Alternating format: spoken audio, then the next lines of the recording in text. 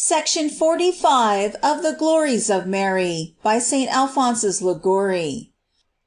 Of the Virtues of the Most Holy Mary. Section 6 of the Chastity of Mary. Since the fall of Adam, the flesh being rebellious against reason, the virtue of chastity is the most difficult for men to practice. Of all combats, says St. Augustine, those of chastity are the most severe, for the battle is daily and the victory rare. But eternal praise to the Lord who has given us in Mary a great example of this virtue. With justice, says blessed Albertus Magnus, is Mary called the Virgin of Virgins, for she being the first who offered her virginity to God, without the counsel or example of others, has brought to him all virgins who imitate her. As David had already predicted, after her, virgins shall be brought to the temple of the King. Adducentur virgines post eam in templum regis. Without counsel or example, yes, for St. Bernard exclaims, O Virgin, who has taught thee to please God by virginity, and on earth to lead the life of an angel? Ah, answers Sophronius, it is for this God has chosen this most pure Virgin for his mother, that she may be an example of chastity to all. Hence St. Ambrose has called Mary the standard bearer of chastity. Que signum virginitatis extollet. By reason of this, her purity, the Blessed Virgin was also called by the Holy Spirit, beautiful as the turtle dove. Thy cheeks are beautiful as the turtle doves. Pulchre sunt, gene tuae, sicut turturis. Mary, says St. Aponius, is a most chaste turtle. Turtura pudicissima Maria. And therefore she has also been called a lily. As the lily among the thorns, so is my love among the daughters. Sicut lilium inter spinas, sic amica mei inter filias. Saint Denis the Carthusian, commenting on this passage, says that she has been called a lily among thorns, because all other virgins were thorns either to themselves or others, but the Blessed Virgin has never been one to herself or others. For by her presence alone she infused into all thoughts and affections of purity. Intuentium corda ad castitatem invitabat. And this is confirmed by St. Thomas, who says that the beauty of the Blessed Virgin encouraged chastity in all who beheld her.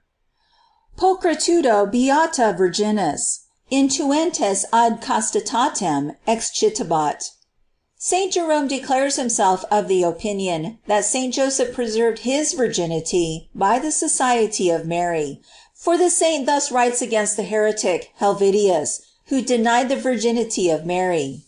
Thou sayest that Mary did not remain a virgin. I take it upon myself to maintain more than that Joseph himself preserved his virginity through Mary.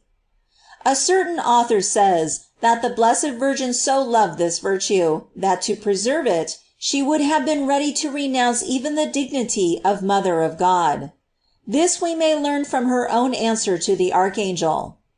How shall this be done, because I know not man? And from the words she afterwards added, Be it done to me according to thy word.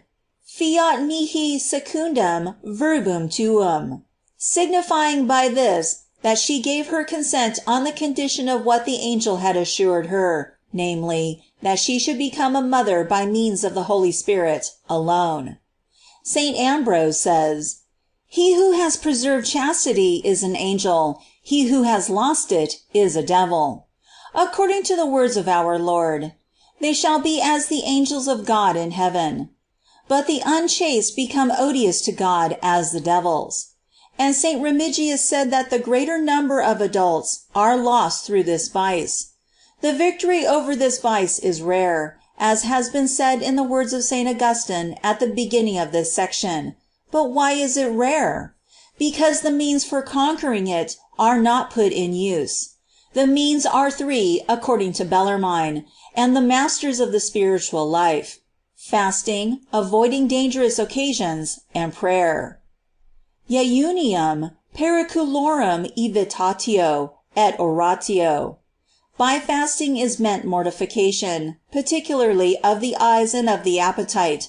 The most holy Mary, although she was full of divine grace, was so mortified with her eyes that she kept them always downcast, as Saint Epiphanius and Saint John Damascene inform us, and never fixed them on any one.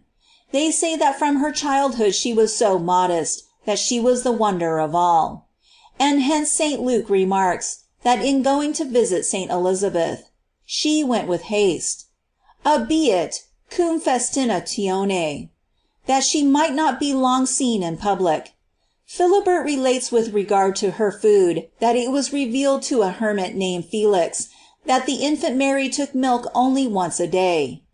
And Saint Gregory of Tours asserts that, during her whole life, she fasted always. Nullo tempore Maria non jejunavit. And Saint Bonaventure adds, that Mary would never have found so much grace unless she had been temperate in food, for grace and gluttony cannot subsist together.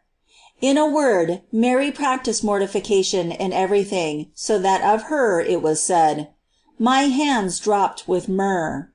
Manus mei stilleverit myrrham. The second means is to fly the occasions of sin. He that is aware of the snares shall be secure. Qui autem caveat laqueos, securus erit.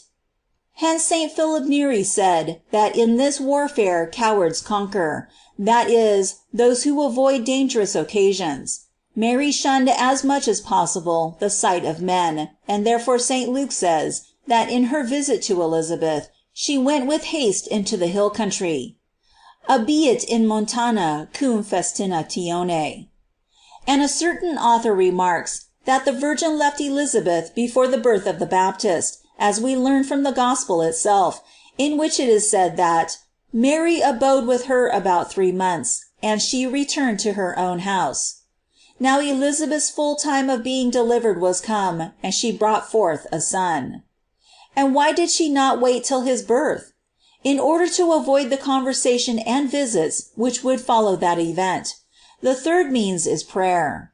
And as I knew, said the wise man, that I could not otherwise be continent except God gave it, I went to the Lord and besought him. And the Blessed Virgin revealed to Saint Elizabeth, a Benedictine nun, that she had not acquired any virtue without effort and continual prayer. Saint John Damascene says that Mary is pure and a lover of purity. Pura est et puritatem amans. And therefore she cannot endure the impure. But whoever has recourse to her will certainly be delivered from this vice by only pronouncing her name with confidence. And the Venerable John of Avila says that many temptations against chastity have been overcome solely by devotion to the Immaculate Virgin. O Mary, O most pure dove, how many are in hell through the vice of impurity?